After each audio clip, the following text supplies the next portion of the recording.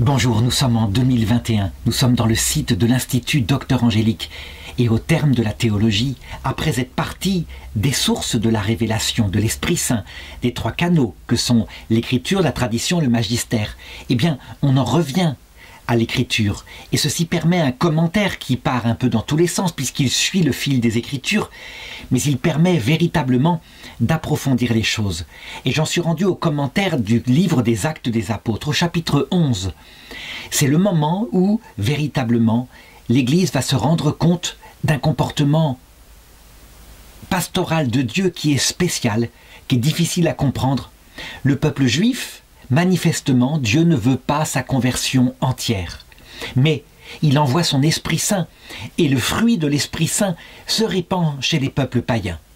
Évidemment, au début, quand on constate cela, et c'est ce que va constater le chapitre précédent avec Pierre lui-même qui est averti qu'il faut que maintenant qu'il mange de tous les aliments, ça veut dire que l'évangile doit être annoncé à tous les peuples. Eh bien, les Juifs vont réagir plutôt négativement au départ en disant « mais c'est n'importe quoi ». On n'observe pas la loi de Moïse ici, puisqu'il y a fréquentation des païens et ceci rend impur. Eh bien, factuellement, dans ce chapitre, Saint Pierre va raconter à l'Église ce qu'il s'est passé. Et l'Église, qui est composée au départ en majorité de chrétiens issus du judaïsme, va être obligée de se soumettre, parce que manifestement cela vient de Dieu, et ce sont des gens qui aiment Dieu. Alors, pour le moment, évidemment, Saint Paul lui-même, qui est déjà converti et qui va constater cela, eh bien, il va y réfléchir, ça va beaucoup le marquer. Et je voudrais, dans cette vidéo, développer ce qui sortira ensuite dans sa méditation, dans le chapitre 11 de l'Épître aux Romains, où il décrira son analyse par rapport au comportement de Dieu. Et donc, il se pose ici deux questions. Pourquoi Dieu n'a-t-il pas évangélisé le monde entier par le peuple juif, simplement en convertissant entièrement le peuple juif? Pourquoi est-ce qu'il a voulu se réserver une partie du peuple juif? Pourquoi est-ce que lui qui possède toute la puissance a-t-il voulu apporter aux païens dans le monde entier son évangile? Eh bien, je répondrai à ces questions dans la deuxième partie de cette vidéo, tandis que dans la première partie, là, je voudrais simplement décrire là où en est l'Église à ce moment-là. Donc, 5 ans à peu près après la résurrection du Christ, on peut le dire, devant la constatation du fait. Chapitre 11, verset 1. « Cependant, les apôtres et les frères de Judée apprirent que les païens, eux aussi, avaient accueilli la parole de Dieu. Quand donc Pierre monta à Jérusalem, les circoncis, donc les chrétiens d'origine juive, le prirent à partie. Pourquoi? Pourquoi es-tu rentré chez les incirconcis et as-tu mangé avec eux ?» Pierre se mit à leur exposer toute l'affaire point par point. Donc je l'avais dit dans la précédente vidéo, pour cette église primitive du début, qui d'ailleurs se réunit autour de Jacques, le frère du Seigneur, eh bien la loi de Moïse est entièrement appliquée pour le moment. Il n'y a pas encore eu le concile de Jérusalem. Et donc, dans la loi de Moïse, entrer dans la maison d'un païen, c'est se salir. C'est donc, on doit après se purifier. Et donc, Pierre, devant la critique, il va raconter ce qui lui est arrivé. Il le raconte en détail, et donc je vais le faire, je ne vais pas lire la partie qui est exactement la même chose que le chapitre 10. En tout cas, à partir du verset 5 du chapitre 11, il dit « J'étais en prière dans la ville de Jopé quand, en extase, j'eus une vision. » Et il raconte comment il vit descendre du ciel une nappe qui se posa sur sa table, et qui, quand elle s'ouvrit, contenait toutes sortes de bestioles de toutes les formes, y compris des animaux impurs. Et une voix lui dit par 3 fois « Immole et mange ». Et Pierre répondit d'abord « Mais Seigneur, je n'en mangerai pas, jamais je n'ai fait quelque chose comme cela d'impur. » Et la voix me répondit, dit Saint Pierre « Ce que j'ai déclaré pur, ne le déclare pas impur. » Et à peine j'étais sorti de ce rêve, qui était une extase, un songe venant de Dieu, que voici que 3 hommes parurent à ma maison, et ils étaient envoyés par un centurion romain, qui avait eu l'apparition d'un ange. Je les suivis donc le lendemain, et après lui avoir enseigné l'évangile, voici que l'Esprit Saint tomba sur toute sa maison, exactement comme il était tombé sur nous le jour de la Pentecôte. Et donc, devant le fait, je ne pus faire autrement que de les baptiser. Et Saint Pierre leur dit comment à partir du verset 16, eh bien il s'est rappelé, je me suis rappelé cette parole du Seigneur. Jean, disait-il, a baptisé avec de l'eau, mais vous serez baptisés dans l'Esprit Saint. Si donc Dieu leur a accordé le même don qu'à nous, pour avoir cru au Seigneur Jésus-Christ, qui étais-je moi pour faire obstacle à Dieu? Et bien sûr, devant le fait, là, avant même que l'Église se soit réunie, devant l'interrogatoire, et peut-être y avait-il, parmi ceux qui interrogeaient Saint-Pierre, d'autres apôtres, eh bien la réaction fut la suivante. Ces paroles les apaisèrent, et ils glorifièrent Dieu en disant « Ainsi donc aux païens aussi, Dieu a donné la repentance qui conduit à la vie. »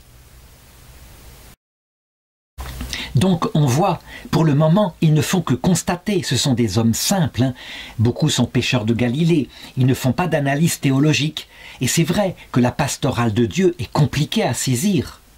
Toujours est-il qu'ils déléguèrent finalement un des plus sages parmi eux, Barnabé. Barnabé qui est un ami qui deviendra très vite un ami de Saint Paul, qui est chrétien avant lui, et qui donc est délégué dans ces terres où l'Esprit Saint agit ainsi chez les païens. C'est le verset 19.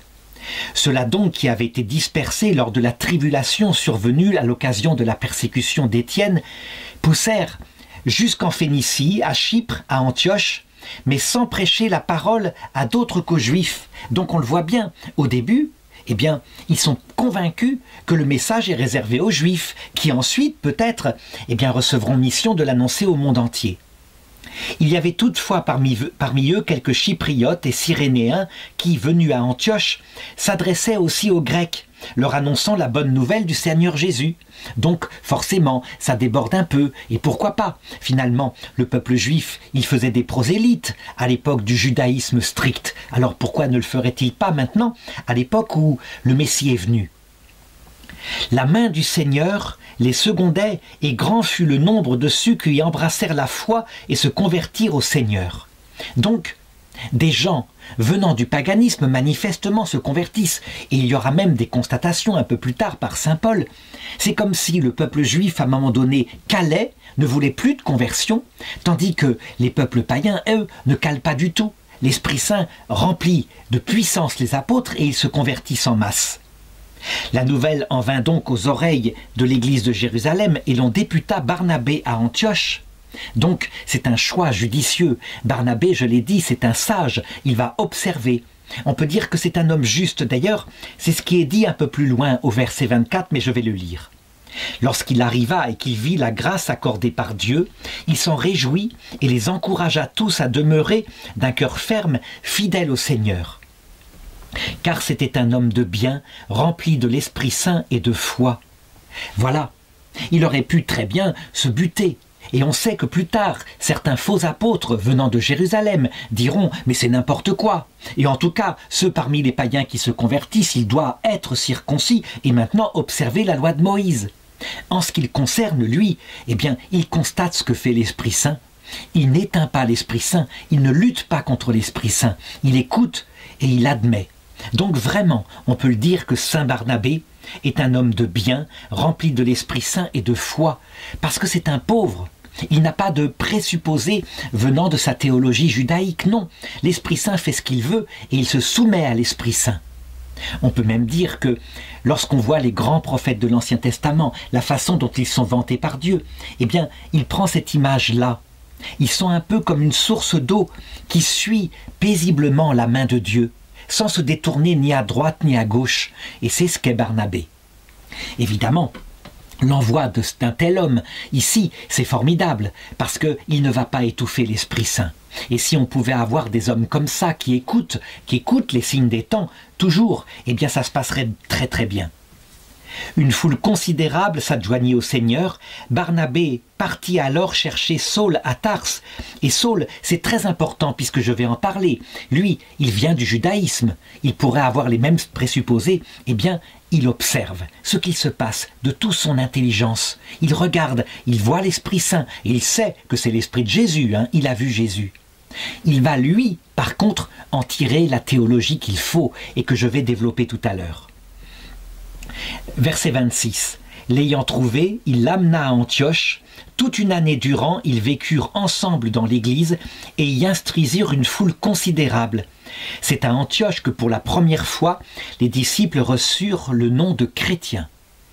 Chrétien, ça vient du nom Christ, Christ qui se dit en hébreu Messie, qui veut dire celui qui est oint par le Seigneur, celui qui a reçu l'onction pour annoncer au monde entier la bonne nouvelle. Et donc ce sont les disciples du Messie, on pourrait les appeler aussi les messianistes. Ce serait le nom hébreu, ça correspondrait. Chrétien, c'est un nom grec. Alors, en tout cas, pour le moment, cette conversion, elle se fait par la puissance de l'Esprit Saint. Ça veut dire que chez les païens, maintenant, les miracles, les signes, les prodiges continuent de se multiplier. Et donc, la parole de Barnabé et de Paul, eh bien, elle est secondée par ça qui va écarter les obstacles. Ça veut dire que les gens ne sont pas là à leur demander « mais de quelle autorité parlez-vous » Non, au contraire, comme ils voient l'autorité dans les signes manifestes qui sortent d'eux, ils les écoutent. Et puis, l'Esprit Saint vient dans leur cœur, ils ont le cœur tout transpercé, ils se convertissent. C'est ça, la plénitude de la prédication quand elle a lieu, c'est absolument inarrêtable. Et parmi les miracles qui ont lieu, eh bien, il y a aussi, à cette époque-là, le don de prophétie. Ça veut dire que le verset 27 dit « En ces jours-là, des prophètes descendirent de Jérusalem à Antioche. » Et l'un d'eux, nommé Agabus, dont on n'a pas de souvenir, est-il canonisé ou pas, on ne sait pas, se leva sous l'action de l'Esprit et se mit à annoncer qu'il y aurait une grande famine dans tout l'univers, donc dans tout l'Empire romain. Et effectivement, c'est confirmé, c'est celle qui se produisit sous l'empereur Claude. Les disciples décidèrent alors d'envoyer, chacun selon ses moyens, des secours aux frères de Judée, ce qu'ils firent en les envoyant aux anciens par l'entremise de Barnabé et de Saul, mais ça je le raconterai un peu plus tard, c'est raconté dans les Actes des Apôtres. Ce que je voudrais maintenant, c'est après justement cette constatation, cette lecture du texte où on voit que simplement ils se soumettent, ils ne comprennent pas, voir ce que saint Paul nous a enseigné et que nous maintenant, surtout après la Shoah qui a eu lieu de 40 à 45, eh bien, ce que nous comprenons de nouveau concernant la vocation du peuple juif. Et pour cela, je l'ai dit, il faut lire l'Épître aux Romains, chapitre 10. Tout à l'heure, j'ai dit chapitre 11, je m'étais trompé, chapitre 10 et 11, où il y a vraiment la réflexion de Paul que je voudrais résumer ici. Alors, sa réflexion est simple. D'abord, pour être sauvé, il faut avoir la foi, invoquer le Seigneur et appuyer sur la foi, il faut l'aimer, il faut aimer son prochain. C'est évident, c'est ce que Jésus avait dit à Nicodème. Si on ne renaît pas du Saint-Esprit, on n'entre pas dans la vie éternelle. Donc c'est un fait, il y a une action de Dieu, c'est clair. Et cette action de Dieu, elle se réalise dans une alliance. Ça veut dire que Dieu trouve dans le cœur de ceux qui sont là une préparation, de la bonne volonté parfois, mais quelquefois il passe outre. Il trouve de la mauvaise volonté et il vient quand même. Et son action par l'Esprit Saint peut convertir le pécheur, sauf éventuellement, parce que Dieu respecte la liberté humaine, quelqu'un qui obstinément, en toute lucidité, refuserait toute conversion. Il y a possibilité donc de la damnation éternelle, c'est ce qu'on appelle le blasphème contre l'Esprit Saint. Et donc saint Paul est tout à fait logique, il dit, eh bien, cette foi, elle naît de la prédication. C'est quand l'intelligence entend le message, qu'elle comprend et que l'Esprit Saint l'attire, que la conversion peut se faire. Il y a donc une part de compréhension et une part d'affectivité. Et saint Paul le dit, eh bien, les Juifs, qu'est-ce qu'il en est ? Puisqu'il constate à un moment donné qu'il y a comme un mur de verre. La révélation semble à un moment donné ne plus pénétrer le peuple juif. La conversion s'arrête. Un tiers peut-être des Juifs se sont convertis et pas plus. Et donc il demande, Romains chapitre 10 verset 18, « Alors, est-ce qu'ils n'auraient pas entendu ?» Et pourtant, la voix des apôtres a retenti par toute la terre. Et donc les Juifs ont entendu la prédication de l'Évangile. Il n'y a rien à faire, ça a eu lieu. Et donc, saint Paul, il va analyser ce qui s'est passé et il va dire il y a manifestement deux causes. Il y a certainement, effectivement, la dureté du peuple juif, de certains d'entre eux en tout cas, qui résistaient. Ça a joué. Mais manifestement, et il en est témoin, il y a aussi l'action de l'Esprit Saint qui n'est pas venu. L'Esprit Saint n'a pas voulu parler à certains. Il les a laissés s'endurcir, ne pas comprendre. Il aurait pu en faire des enfants d'Abraham. Il a la puissance. Il suffisait qu'il touche leur cœur comme il l'a fait pour lui, saint Paul. Et donc, manifestement, saint Paul commente, chapitre 11, verset 4, en disant « Eh bien, Dieu, comme il l'avait annoncé, s'est réservé 7000 hommes qui n'ont pas fléchi le genou devant Baal. » Ça veut dire qu'il en a attiré à lui un certain nombre, peut-être un petit nombre, et il en a fait des chrétiens. C'était sa volonté, c'était dépendant de lui. Pourquoi donc ? Pourquoi donc ? Et c'est pourquoi qu'au verset 11, saint Paul dit ceci. « Je demande donc, est-ce que ce serait pour une vraie chute, donc parce qu'ils seraient damnés, ces gens-là, qui n'ont pas reçu la prédication de l'Évangile, que ainsi, ils ne sont pas rentrés, ils ne sont pas devenus disciples du Christ ?» Et il répond « Absolument pas. Certes non, mais leur faux pas, et là il donne les causes, les explications en Dieu.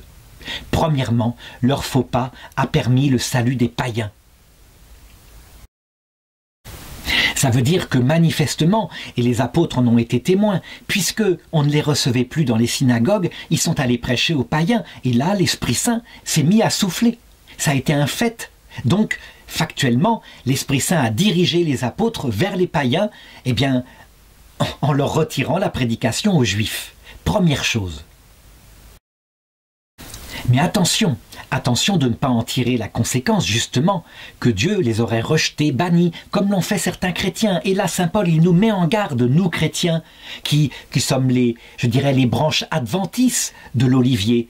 On n'est pas ceux qui avaient reçu les alliances, hein, et on a été greffés sur l'olivier. On pourrait se prendre pour le centre du monde. On l'a fait parfois en disant, et en regardant avec mépris le peuple juif, en disant, c'est un peuple maudit, parce que certains d'entre eux ont tué le Christ. Ça n'a rien à voir. Les coupables qui ont tué le Christ, c'était le Sanhédrin, ils étaient 7 ou 8 personnes. Le peuple lui-même, il aurait au contraire défendu Jésus. Non, c'est autre chose. Et c'est un sens eschatologique que va donner saint Paul. Il dit ceci, chapitre 11, verset 15. « Leur mise à l'écart provisoire a permis donc la réconciliation du monde, c'est-à-dire de nous, issus du paganisme. Eh bien, à la fin du monde, que sera leur admission dans l'Alliance sainte? Parce qu'elle sera, cette admission. Que sera-t-elle sinon une résurrection d'entre les morts? En fait, ce que va expliquer saint Paul, c'est que la mission prophétique d'Israël, qui est une mission spéciale, hein, puisque c'est leur histoire charnelle dont Dieu a fait une prophétie pour le monde entier. Tous les événements qui leur arrivent dans leur histoire, construction du temple, destruction du temple, tout cela parle de ce qui se passe pour notre salut éternel, comment Dieu nous donne la foi, comment Dieu peut nous faire passer par l'épreuve de la croix, etc. pour façonner en nous un cœur assoiffé de salut et un cœur qui comprend sa propre misère. Eh bien, la prophétie du peuple juif n'est absolument pas terminée. De même, on pourrait dire que le Messie est venu par eux, par l'intermédiaire de la Vierge Marie. De même, à la fin du monde, le Messie reviendra par eux. Ça veut dire que donc, le don de Dieu concernant la prophétie juive n'est pas arrêté, et qu'il y aura vers la fin du monde des grands signes qui seront donnés au monde, et qui nous signifieront que ça y est, le retour du Christ dans sa gloire est proche. Et ça, il faut que nous l'ayons bien en tête. Hein. La phrase de saint Paul qui le prouve, qui le dit, elle est en Romains chapitre 11, verset 29. « Les dons de Dieu sont sans repentance. » La vocation du peuple juif n'est pas terminée. Sa mission prophétique n'est pas terminée. Nous sommes peut-être, nous chrétiens, le nouvel Israël selon l'esprit, mais Israël reste Israël selon la chair, et donc doit nous aider à acquérir l'esprit. À nous, évidemment, de rester fidèles. Ça veut dire que si nous sommes fidèles à l'Évangile, très bien. Mais si un jour nous sommes infidèles à l'Évangile, il se pourrait bien que Dieu se tourne de nouveau vers son peuple et lui apporte le Christ, le Messie. Ce qui d'ailleurs est une prophétie donnée par Jésus pour la fin du monde. Vous ne me verrez plus jusqu'à ce que vous disiez « Béni soit celui qui vient au nom du Seigneur ». Alors, tout de même, et pour conclure, saint Paul il a un regard sur l'explication de tout ça. Pourquoi toute cette geste compliquée?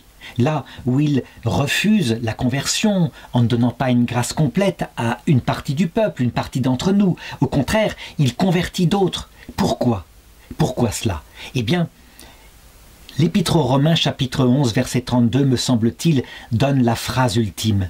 Elle dit ceci: « Car Dieu a enfermé tous les hommes dans la désobéissance pour faire à tous miséricorde. » En fait, pour comprendre cette geste de Dieu, il faut toujours avoir en tête la finalité et le moyen pour obtenir cette finalité ultime. La finalité ultime, c'est de voir Dieu face à face, en compagnie de nos frères. C'est ça, on est fait pour voir Dieu. Dieu l'infini, Dieu le Tout-Puissant, le voir sans aucun intermédiaire créé, pas seulement le voir à travers l'humanité du Christ derrière moi, mais le voir dans son essence divine, voir l'essence divine du Christ directement.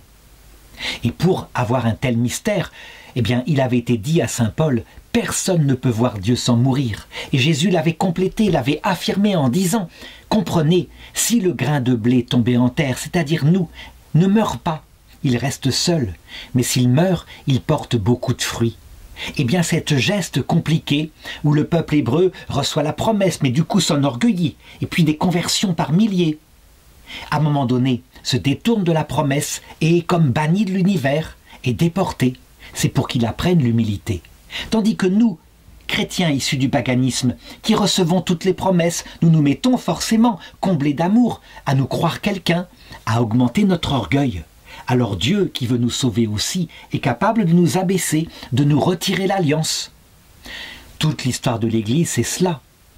Comment Dieu a donné, par exemple, à la partie orientale de l'Église catholique, en Grèce, la capacité de définir la foi à partir du IVe siècle et durant 7 conciles œcuméniques. Ce qui provoqua une grande fierté et puis une très grande intelligence dans ce qu'on appelle maintenant l'Église orthodoxe.